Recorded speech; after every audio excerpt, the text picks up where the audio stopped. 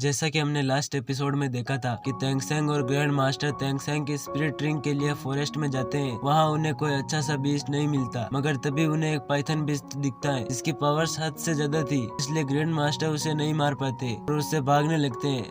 मगर तेंगसेंग उसे किसी तरह से मार देता है और उसकी स्पिरिट रिंग हासिल करने लगता है। मगर जब उसकी आंखें खुलती है तो वो ग्रैंड मास्टर को बेहोश पाता है। अब आगे एपिसोड की शुरुआत में हम देखते हैं कि तेंगसेंग ग्रैंड मास्टर को चेक कर रहा होता है और तभी तेंगसेंग को एक चोट दिखाई देती है कि पिछली रात उस बीस्ट ने मारी थी, जिससे उनकी बॉडी में जहर फैल गया था। तेंगसेंग बहुत डर जाता है और उसे लगता है कि वो ग्रैंड मास्टर को खो देगा, और तभी उसे अपने फादर की याद आती है। बताया था कि हार मत मानना। तेंगसेंग अपने चक्कू को गर्म करता है और लोहार के तरीकों से उस जहर को निकालने की कोशिश करता है, और जो जहर उस टेक्निक के माध्यम से नहीं निकलता। तेंगसेंग अपने सोल पावर तेंगसेंग की यह टेक्निक काफी लाजवाब थी, जिससे ग्रैंड मास्टर तुरंत होश में आ जाते हैं। और ग्रैंड मास्टर होश में आते ही पूछते हैं कि तेंगसेंग तुमने क्या अपनी स्पिरिट रिंग हासिल कर ली? रास्ते में देखता है हॉस्टल 7 और अमीरों के बच्चों में फाइट चल रही होती है। यह फाइट असल में इस बात से चल रही होती है कि कौन सबसे ज्यादा ताकतवर है। अब थोड़ी देर की बहस के बाद यह डिसाइड होता है कि दोनों 3-3 बच्चों को भेजेंगे और आपस में लड़ाएंगे, और जो सबसे ज्यादा मैच जीतेगा वही सबसे ज्यादा ताकतवर माना जाएगा, और हार जाने पर जीतने वाली टीम को बॉस कहना पड़ेगा। हॉस्टल 7 की लीडर जीव बनी थी, जो अपनी टीम से एक बच्चे को भेजती है। अब दोनों के बीच फाइट स्टार्ट होती है, जहाँ दोनों की लड़ाई बहुत आइकॉनिक लेवल की होती है। इस वजह से हॉस्टल 7 का बच्चा हारता हुआ दिखाई देता है, जिससे जीव को डर लगने लगता है। और अमीरों के बच्चे जीव को खरगोश कहकर भी चिढ़ा रहे थे, जिस वजह से जीव को गुस्सा भी बहुत आता है, मगर वो कुछ नहीं कर सकती थी। लेकिन तभी वहाँ तेंगसेंग की एंट्री हो जाती है और तेंगसेंग को देखकर जीव बहुत खुश होती है। और तेंगसेंग जीव से कहता है कि मुझे सारी बात बताओ।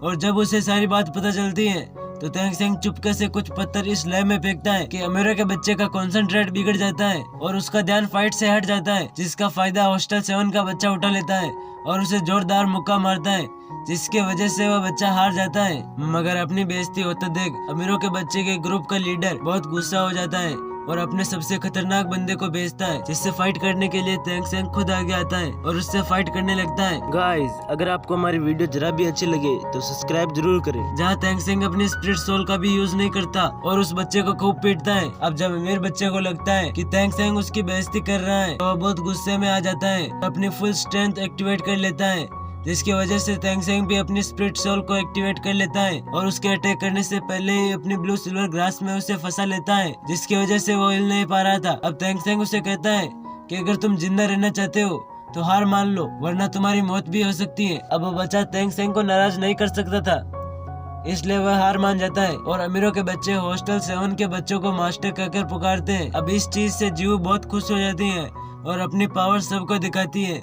जो कि 12th रैंक पर थी और तेंगसेंग से भी हाई लेवल पर थी। यह देखकर सभी बच्चे चौंक जाते हैं, जहाँ उसे अपने गांव के स्पिरिट मास्टर मिलते हैं, जो उसे मार्शल सोल हॉल में ले जाते हैं, जहाँ वो उसे एक खतरनाक मार्शल सोल दिखाते हैं जो बहुत शक्तिशाली थी, और शक्तिशाली मार्शल सोल को ही यहाँ रखा जाता था। और ऐसी खतरनाक और रेयर मार्शल सोल बड़े शहरों में ही मिली जाती है। यह एक सीक्रेट टेंपल है जहाँ सिर्फ हाई ग्रेड की मार्शल सोल ही रखी जाती है, और ऐसी मार्शल सोल को हाई ग्रेड के मार्शल सोल ओनर ही रख सकते हैं। हर कोई स्पिरिट मास्टर ऐसी मार्शल सोल हासिल करना चाहता है, मगर कोई ऐसा पैदा नहीं हुआ जो इसे हासिल कर सके और इसका ओनर बन सके। तो तेंगसेंग उन्हें अपनी मार्शल सोल दिखाता है, और जब वो उसके अंदर धतुरा स्नेक की स्पिरिट रिंग देखते हैं तो वो बहुत चौंक जाते हैं। और ऊपर से जब उन्हें यह पता चलता है कि तेंगसेंग 13 लेवल पर है तो वो और चौंक जाते हैं, क्योंकि तेंगसेंग ने 2 लेवल स्किप कर लिए होते हैं, और यह कोई छोटी मोटी बात नहीं होती है। इससे वो स्पिरिट मास्टर समझ जाते हैं कि तेंगसेंग का टीचर कोई छोटा मोटा आदमी नहीं है। और जब वो तेंगसेंग के टीचर के बारे में तेंगसेंग से पूछते हैं तो तेंगसेंग ग्रैंड मास्टर को अपना टीचर बताता है,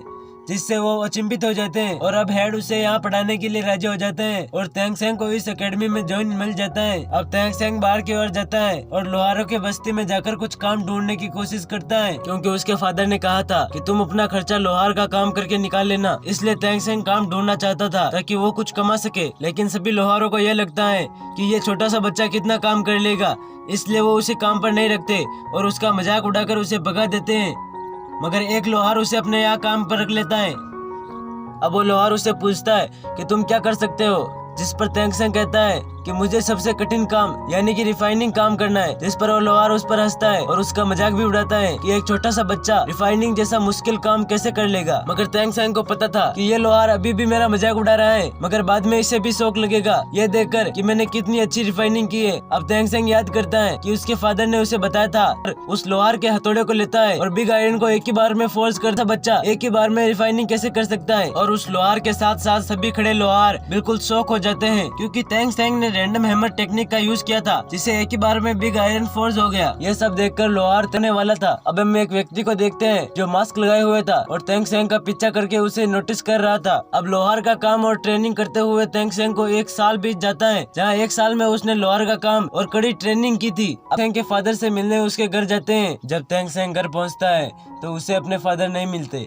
बल्कि उनके गाँव थे और लेटर में लिखा था कि तेंग सेंग बेटा, मैं तुमसे बहुत दूर जा रहा हूँ। अब तुमसे बाद में मुलाकात होगी जब तुम बड़े हो जाओगे और अच्छी स्किल सीख जाओगे, क्योंकि अगर मैं तुम्हारे पास रहा तो तुम्हें ट्रेनिंग करने में बहुत आसानी हो जाएगी और तुम कुछ सीख नहीं पाओगे। और दूसरी बात कि मुझे भी अपना एक योद्धा बन जाएगा और बहुत पावरफुल हो जाएगा। जाता है। अब सीन शिफ्ट होता है और हम ग्रैंड मास्टर को देखते हैं जो तेंग सेंग को ही याद कर रहे होते हैं और तेंग सेंग के बारे में सोच रहे होते हैं। मगर तभी गेट खुलता है और उसमें से तेंग हाओ बाहर आते हैं कि ग्रैंड मास्टर और तेंग हाओ बहुत पुराने दोस्त हैं, जो कि 20 साल बाद मिनी का जीव के इतना समझाने पर तेंग सेंग भी समझ जाता है और तेंग सेंग और एक रोमांटिक एंगल भी देखने को मिलता है। कसम खाता है कि वो जीव की हमेशा रक्षा करेगा। और इसी के साथ हमारा ये एपिसोड यही समाप्त होता है। तो मिलते हैं नई वीडियो के साथ, तब तक के लिए goodbye and take care.